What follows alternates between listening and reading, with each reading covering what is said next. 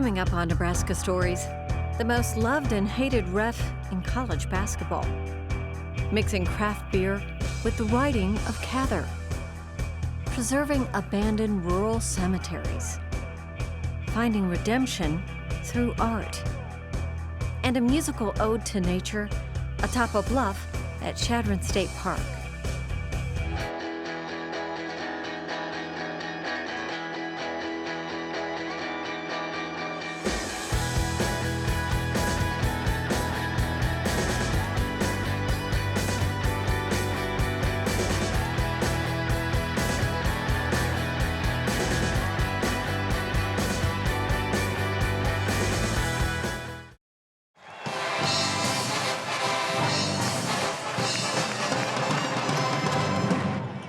It's game night for the Nebraska Huskers, and in the middle of this big-time college basketball atmosphere filled with players. Hey, whistleblower, stop, my man. Hey. Coaches. Your guy's going like this guy's going like this. It's the difference. And fans is a man dressed in black and white, making split-second decisions that aren't always black and white. He's got to jump, fellas. He's in the circle. He's got to jump. You know it. Referee John Higgins is always in the middle of the action, but his goal is to be invisible. He knows he's wrong. To me, that's the highest compliment you could say about the refereeing. So if we stayed out of the way and let the kids play and do it and let them play legally, and they're not talking about me, amen, thank you. That means you've done a good job. You don't want to be the highlight of the ESPN missing the call and everybody knowing your name, but that's your goal, is to be invisible. Higgins, who grew up in Omaha and still lives there, has made a name for himself in college basketball. He's among the sport's top referees, having officiated 7 Final Fours and 2 NCAA championship games. It's a far cry from how he got started back in college, jumping at the chance to earn $25 to fill in when the referees for a freshman game didn't show up. Basketball has always been a constant companion for Higgins. Thanks, big fella. Through grade school, through high school, through college, I've been in basketball, involved in it probably every day of my life, and talked about it every day of my life. That's partly because of his dad, Roger, who coached basketball and just about every other sport at Omaha's Cathedral High School. His dad was a fiery competitor, and as a coach, not afraid to give his young son, the referee, feedback on his work. I took him 2, 3, 4 games, and he critiqued me most of, all the plays that I missed. I said, "How about all the plays I got right?" And but he was good about it though. In the long run, he was really proud. John needed the drive his dad passed on to him to make it as a referee. He started with rec league and elementary school games, then eventually got noticed at a referee camp and started to work some college games. Refereeing, though, isn't his full-time job. More than 3 decades ago, he started a roofing company that he still owns and operates today. It's named appropriately enough, Rooferees. When you're traveling thousands of miles across the country 6 months out of the year, refereeing 90-some games, it can make it difficult to run a business, but he gets it done. Nowadays when you have a computer and a cell phone, you don't have to be at your office all day long. That travel schedule also means Higgins spends many days during the season apart from his family. It's hard on my family and myself being away. I like to be home because when I'm home, I'm with my family. I get to do the things I like to do. The travel part of it's hard. That's the hardest part about officiating. So when I do quit, that'll probably be the reason why I quit. The travel isn't the only drawback either. Being a high-profile referee means you're constantly being scrutinized by the fans, and not just those in the arena.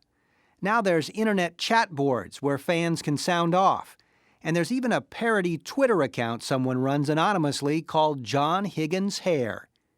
And then there's the fans who cross the line. I threw at a coach, and then the next day our website got hacked into at our office, and then they put all kinds of really bad stuff on there, put pictures of our kids and where they went to school and our telephone numbers, or it was not very good.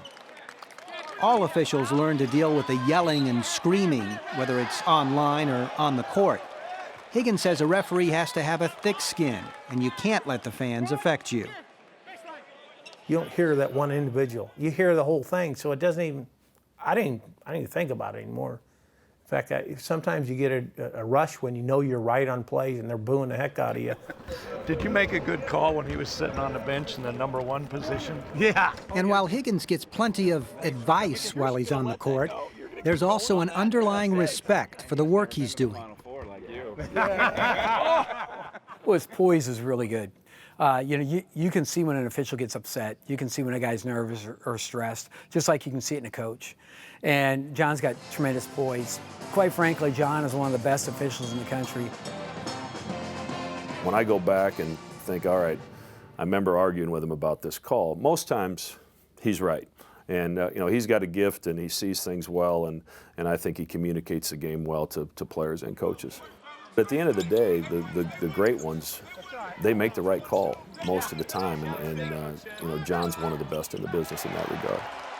Which is why he often earns the assignment to officiate college basketball's biggest games. I worked at my first Final Four, and the boss said, what do you think? And I just said, I'm pinching myself from going back to when I started at 3rd, 4th grade basketball to 7th, 8th grade girls and boys, and to junior high, and I'm pinching myself. Am I really here at this place? And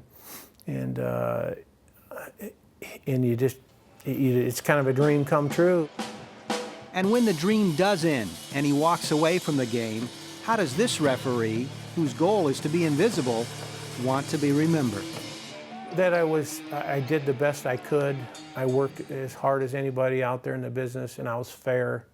And that I am a good mentor and a good person. That's all I can ask for.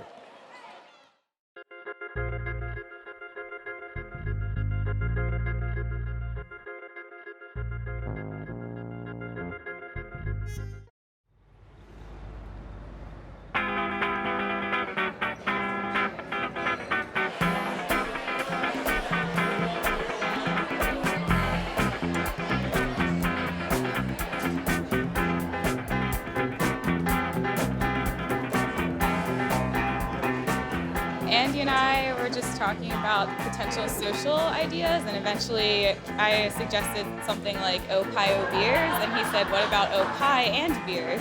It's a pun on her novel O Pioneers.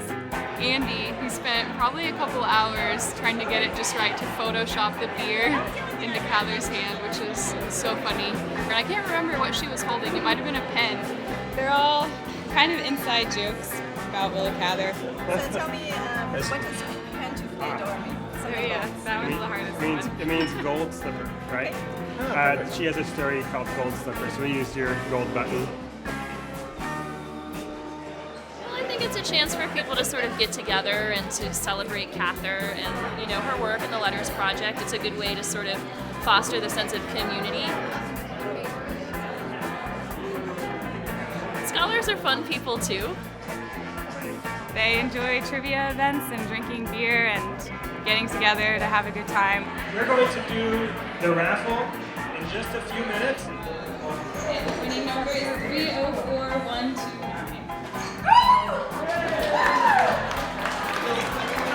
I don't think that Cather was much of a beer drinker, actually. She clearly liked wine and she liked whiskey. I'm not sure if she would want to talk to people who knew who she was. She didn't like sort of strangers approaching her in public and asking her to perform as an author. And I think in this context, because there is a large photograph of her, she might feel a little awkward. And if someone wants to donate $1,000 to the Cather Foundation, we'll give them the life-size Willa Cather. I think that I would ask her about her experiences growing up in Nebraska, because I grew up in Nebraska too. So just kind of what was going through her mind when she was writing these descriptions of the prairie that I just found really beautiful and relevant to my life living here. Tomorrow it could be you or me. That's the way to think of death. All the wine in the world could not warm the Count's blood now, so let us cheer our hearts a little while we can. And that was the spirit which we did this night, so happy days to everybody.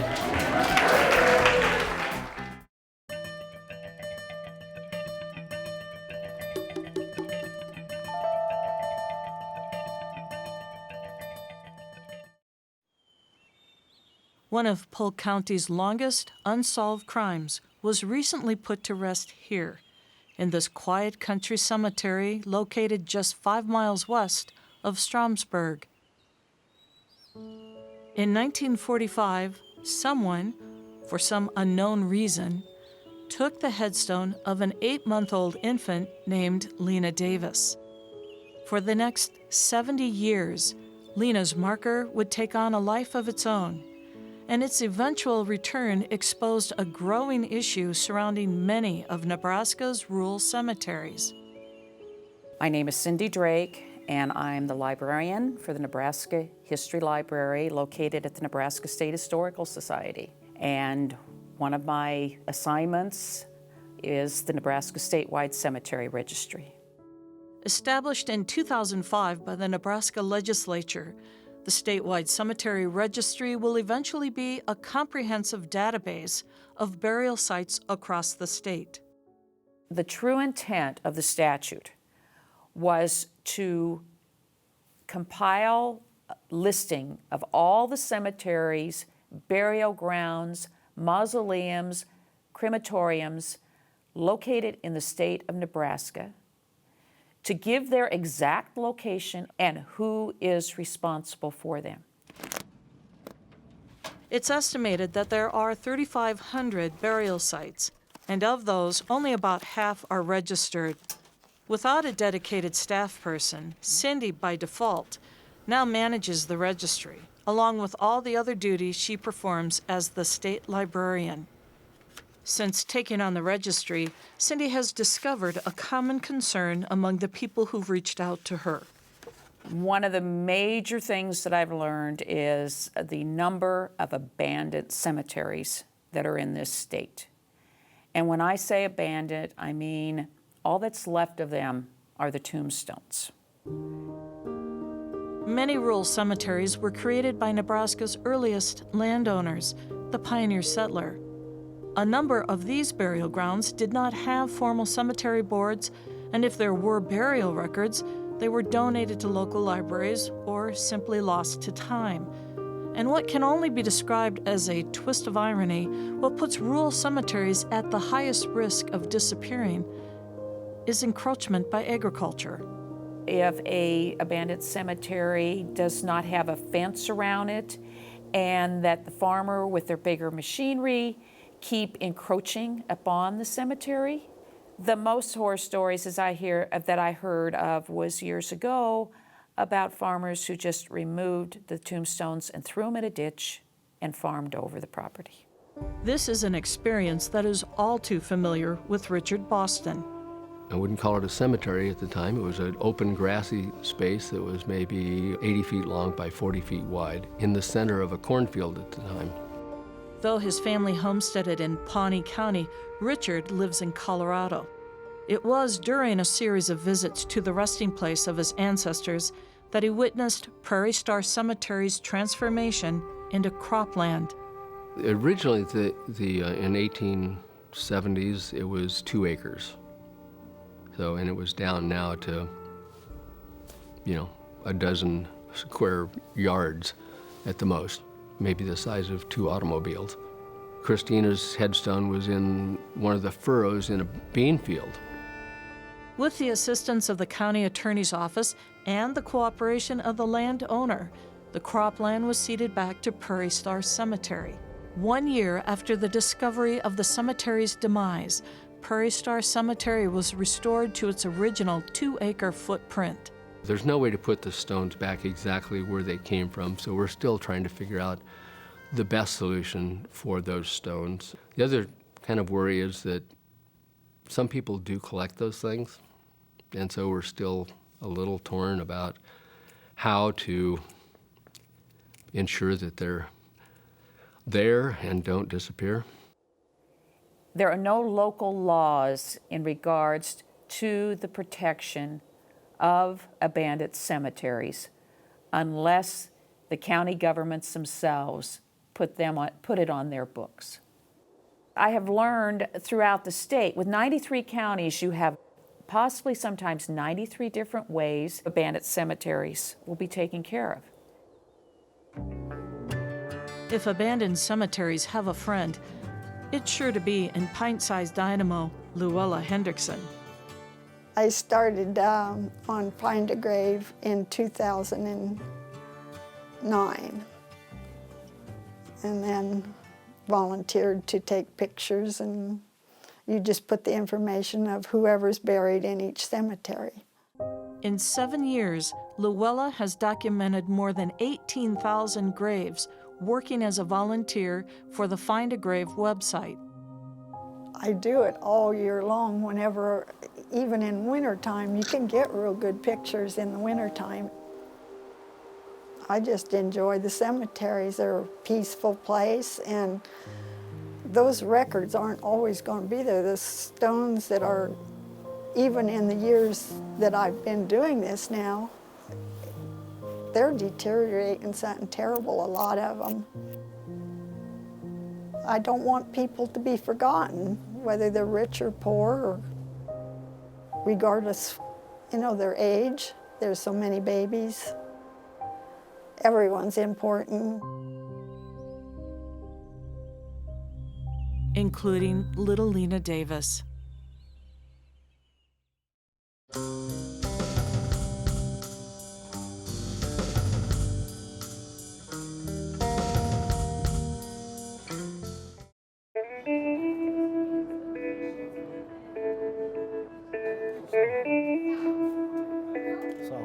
I've been trying to finish my name for like an hour and haven't been able to.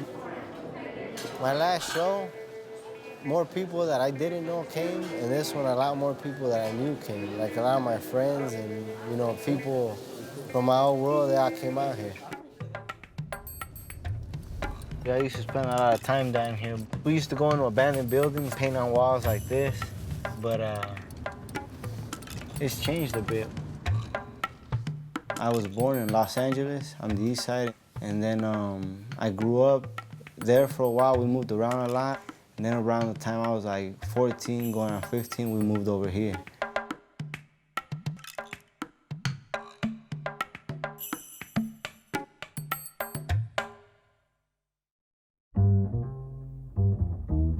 The gang life's everywhere, it's part of the culture. Like, let's say you're Mexican, and being in a poverty-stricken area, you're already kind of destined to go that way. At first, when I was young, I didn't want to be a gangster, I don't want to get into that. I'll try graffiti. It starts out, you think you're doing it for hip-hop and the art, but in that environment, it turns into you do what they tell you, or do you keep on your own way and deal with the consequences. And at first we were calm, we did our graffiti thing, and there wasn't actually any taggers here other than, I think, a different crew. But then, when I was like 17, 18, our house got shot up. When they shot it up, the whole front of it had holes in it, and my brother was sleeping in the living room on the other side of the window. So they hit it with like 8 shots. Hello.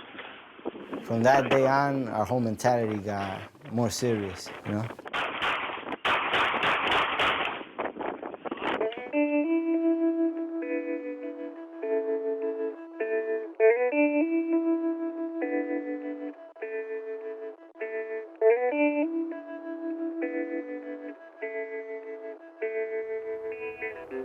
My major was graphic design.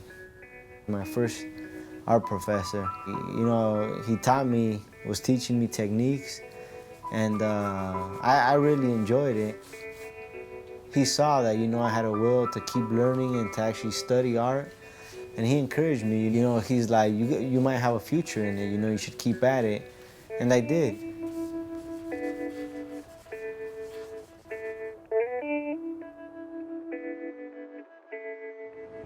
Hey, Alvin.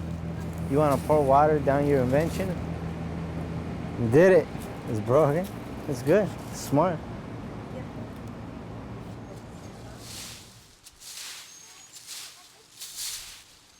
If I didn't have them, why would I work or why would I do any of this, you know? There'd be no point. It gave me a reason to actually start working, you know, paint, start changing my life. I've stuck to them like glue now, you know? It's all school, yeah. But before, you know, we'll go to parks, we'll hang out as a family, we'll talk, we'll have dinner. So we put them to bed around 9 o'clock.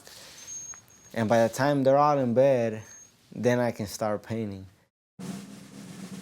Lately, it was hard, and I knew I was falling behind. I'll come home, and I'll be tired. Sometimes I'll be painting, and my eyes will be closing. It's not rare, I'll paint till 1 in the morning. This is the title piece for the show. The show is called The Cards You're Dealt. So meaning, you know, we're all dealt different cards, different situations. I've met people that, I mean, got dealt terrible cards, you know, physically, mentally, I mean, everything, and still managed to make something with their lives. And there's people that are born with everything and throw it away. So I admire people that can keep going.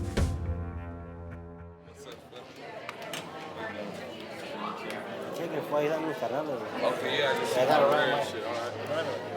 Thanks for coming. Yeah, man, for sure. I think YG is coming right now. Yeah. I'm very proud. You know, it's completely night and day from what he used to be, you know what I mean? And he was into art, but he wasn't focused on art and nothing. And so it's just really nice to see him literally go all out on all his art and, you know, keep his mind on the right track pretty much. Oh, I just did hot air balloons. Yeah, I mean, what were you thinking? The first time I saw his work, it was just so amazing. There was just so many emotions and just incredible pains and loves and passions. He's such a great, honest person. It's honest in the painting and in real life. It feels good. I like seeing it, you know? It's interesting. I remember making all of them, but I like watching people look at them and, you know, then go ask them what they think, see if they find things. Sometimes you get the bear, sometimes the bear gets you. That's tight. I like how So we're street art collectors. It's kind of a cross between pop art and graffiti with a political or social twist. We have one of the biggest street art collections in the Midwest, and we have everything from Banksy to Shepard Fairey to Mr. Brainwash, and we have pieces from Russia and China all over the world. I love that he's so talented, but it's unharnessed and it's so natural and it's so raw. I think the pieces are very powerful. He definitely has a message behind what he draws, what he paints, and I really enjoy that. This life's harder than that life. This life, it takes work, you know? It's a mission, you know? Dangerous situations and all that's nothing compared to like having to raise kids and raise them right and make them into like good men. Hopefully everything we're doing is good, you know, but you know, you deal with their emotions, their lives, their schoolwork. It's something, you know. I would have never thought the family life, it's a lot of work, you know, then keeping them all happy, healthy, it's a lot of work. More work than work, you know, but it's good, you know, it's worth it.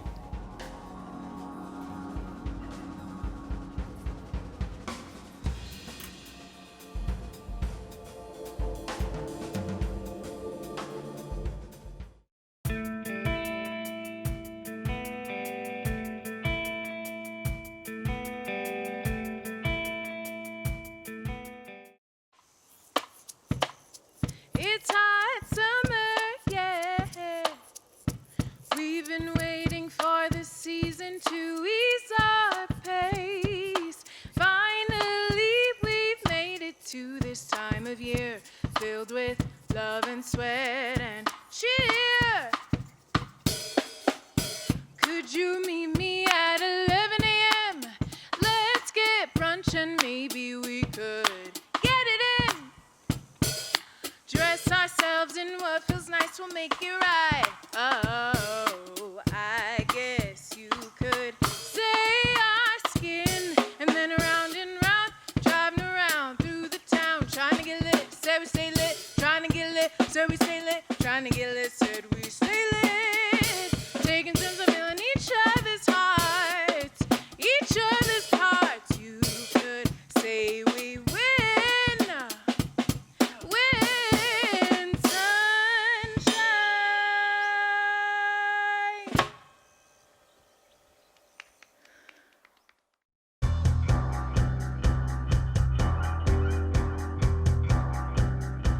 Watch our stories online at netnebraska.org/Nebraska Stories, and go to Facebook to like us and leave a comment. Join the Nebraska Stories conversation. Nebraska Stories is funded by the Margaret and Martha Thomas Foundation, the Nebraska Office of Highway Safety, the Nebraska Tourism Commission, First Nebraska Bank, and the Brownville Fine Arts Association. Sustained funding for arts coverage is provided by the H. Lee and Carol Gedler Charitable Fund.